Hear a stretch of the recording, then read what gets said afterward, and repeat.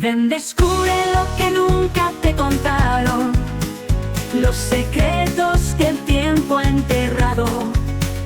Desde un Mozart. Bienvenidos, histocuriosos, al canal donde no damos voces ni ponemos caras de deficientes intelectuales en las miniaturas para que nos hagan casito. Hoy vamos a meternos de lleno a desmontar uno de los mitos más grandes del salvaje oeste americano, la famosa última batalla del general Custer. Mirad, olvidad por un momento esas pelis de Hollywood que nos pintan a soldados valientes luchando contra salvajes. Lo que pasó de verdad en las llanuras de Montana allá por junio de 1876 fue algo, mucho más complejo y sobre todo más trágico. Fue la mayor victoria de los pueblos nativos contra el ejército de Estados Unidos y paradójicamente el principio de su fin. Venga, vamos al lío. Para entender cómo se llegó a este punto tenemos que rebobinar un poco. Todo empieza, como no, con un tratado roto y la fiebre del oro. Una combinación, como os podéis imaginar, explosiva.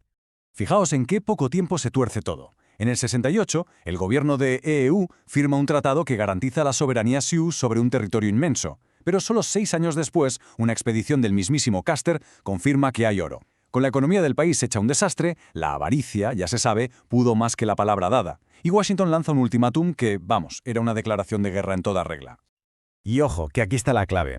Para los Sioux, esto no era una simple pelea por un trozo de tierra. Las colinas negras, que ellos llaman Paja Sapa, eran el centro de su universo, el lugar sagrado donde se conectaban el cielo y la tierra. Violar esa tierra era como profanar la catedral más sagrada de su cultura. Era impensable. Y ahora, vamos con los protagonistas, porque esto nos lleva a un choque de titanes, de figuras legendarias. Por un lado, líderes visionarios que luchaban por la supervivencia de su gente, y por el otro, un militar ambicioso que solo buscaba la gloria. Es que el contraste aquí es brutal, no hay otra palabra. Toro Sentado y Caballo Loco no eran simples jefes de guerra, eran guías espirituales que consiguieron lo imposible, unir a un montón de tribus para defender lo suyo. Custer, en cambio, era una especie de rockstar de la guerra civil, con la vista puesta en la presidencia. Necesitaba una victoria espectacular que le pusiera en el mapa y subestimó por completo a quien se estaba enfrentando. Y claro, esa subestimación pasaba por alto algo fundamental, el poder espiritual que movía a los nativos. Semanas antes de la batalla, Toro Sentado tuvo una visión, potentísima. Vio soldados cayendo del cielo como si fueran búfalos. La interpretación estaba clara, podían ganar. Y esta profecía no fue una anécdota, Fue la gasolina espiritual que unió y dio valor a miles de guerreros. Y con este panorama llegamos al día D. Custer, que estaba convencido de que los nativos saldrían por patas en cuanto le vieran, cometió un error fatal tras otro, todos ellos dictados por su arrogancia y por esa prisa por conseguir su momento de gloria. Para empezar, es que no tenía ni la más remota idea de la que se le venía encima. A lo largo del río Little Bighorn se había juntado una de las mayores concentraciones de nativos de la historia, una auténtica ciudad nómada de casi 10.000 almas, con unos 2.000 guerreros listos para el combate. Custer pensaba que como mucho se enfrentaría a la mitad, ni de lejos. Sus errores fueron de manual, de verdad. Primero, rechazó refuerzos, hasta ametralladoras Gatling. ¿Por qué? Porque no quería compartir la gloria. El ego, amigos. Segundo, pasó olímpicamente de las advertencias de sus exploradores, que le dijeron bien clarito, hay más indios ahí que balas llevas tú. Y tercero, para rematar la faena, el error táctico definitivo. Dividió a sus hombres en 3 grupos, frente a un enemigo que le superaba masivamente.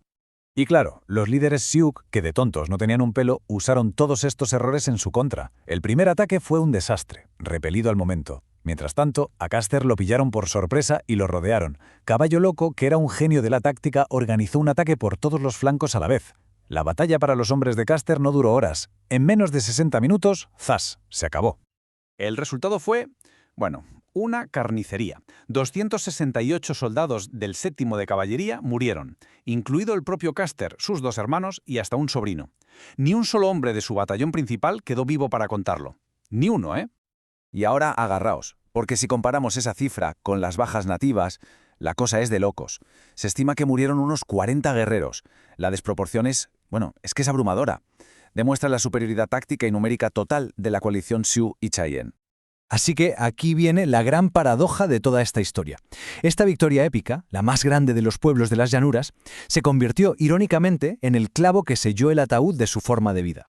La noticia de la masacre llegó a la costa este justo el 4 de julio, en pleno centenario de la independencia de Estados Unidos. ¡Qué ironía! La conmoción fue brutal, pero en lugar de pararse a pensar por qué había pasado, la opinión pública se incendió y clamó venganza. La respuesta no fue la diplomacia, sino la guerra total.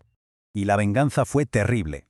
El ejército lanzó una campaña para aniquilarlos sistemáticamente, no solo a los guerreros, sino todo su modo de vida. Los grandes líderes fueron cazados como animales. Toro Sentado tuvo que exiliarse en Canadá y acabó confinado en una reserva. A Caballo Loco lo asesinaron al año siguiente mientras estaba arrestado. La gran reserva Sioux fue desmantelada y su pueblo sometido para siempre. Por eso se dice que Little Bighorn fue el canto del cisne de los Sioux.